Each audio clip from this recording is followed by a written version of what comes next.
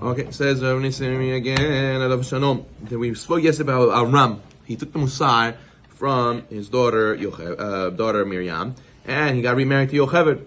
So he was great for that, for listening to his daughter. But who was his wife? Also a great person. Why? Because we know Yocheved, she was one of the midwives, the famous midwives, the Jewish midwives that were commanded by Paro himself to go and kill all the boys that were born. And if you see it's a son, kill him. That's what they told her and Miriam. And what? They feared Hashem, the Torah says, and they didn't listen. They summoned them. How did you not listen to Paro? We told you to kill them. And they said, oh, the Hebrew women are experts. They know how to give birth even before the midwife comes. So therefore what? They were not scared to go to tell Paro, to not listen to Paro. So therefore you see, how even the most powerful ruler against the Torah, sorry, I don't do anything against the Torah. You could give me pressure, influence, culture, everything around me says, hey, don't do this halakha, come on, it's all this, that.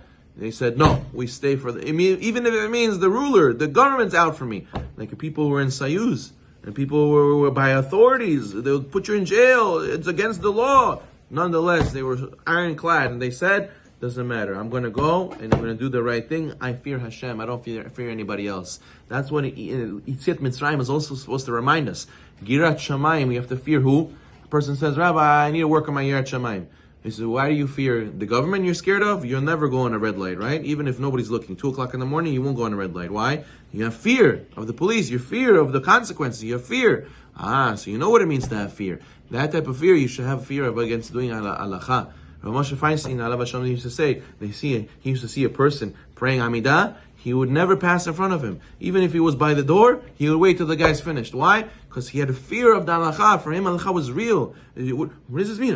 You can never go in front of a person praying. It's halakha. You can't walk in front of them. Just like a person says, go on a red light. Why would I ever go on a red light? That's how a person has to feel in halakha as well. And that's what we learned from Yocheved, that even if you have somebody telling you against the Torah, Mesirat Nefesh, we go out of our way and we say, no, what Hashem says. What I have to fear Him? I don't have to fear Him. The Baal Shem Tov says, every person has Yirat Shamayim, every person has love for Hashem. It's just sometimes that love and that fear gets misplaced and drops and falls into lower levels, into other things. Person has a love for beautiful things, he has a love for fancy things. Really, it says the Shema having love for beautiful Divrei Torah and fancy things for to decorate Hashem, Ze'eli V'anveu, or he has fear of the government, fear of his boss, fear of his family members.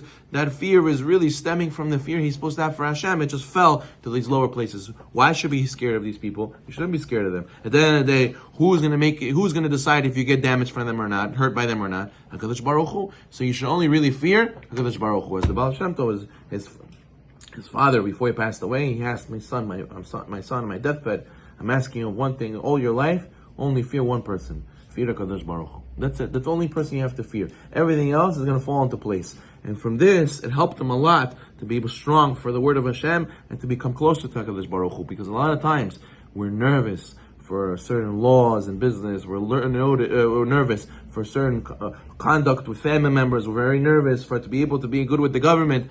And we forget that we have to be how much more so fearful of HaKadosh Baruch Hu. And that's what we learned from Yocheved. And she was Zocheh. What did they get? This Mesirat Nefesh, what did they get? They got that every Levi and Kohen, and including King David, culminating from Mashiach, descended from them. From Yocheved and Miriam, came both of them, both Kohanim and the kingship. So you see the 2 crowns they got because of this, that they did Mesirat Nefesh. Therefore, even if you have, if you're a religious person, you have to make sure that you have to work on your Yirat Shamayim, and this is what it means to learn these stories, to learn this Yetziat Mitzrayim. What? To say Hakadah, to repeat the story is cute, but really to internalize the lesson that these people were real people, and they went through a lot of struggles like we went, and we have to get the strength from them that they did it. I could also do it. So therefore, a person has to know that when did Hashem send the Goyim on us?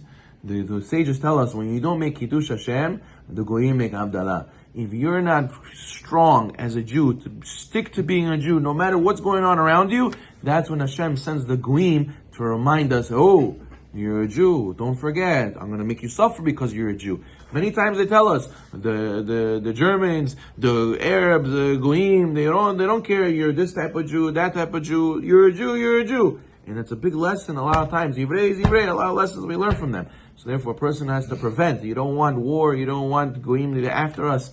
We have to remember, we have to be a Jew, because if not, they're going to remind us.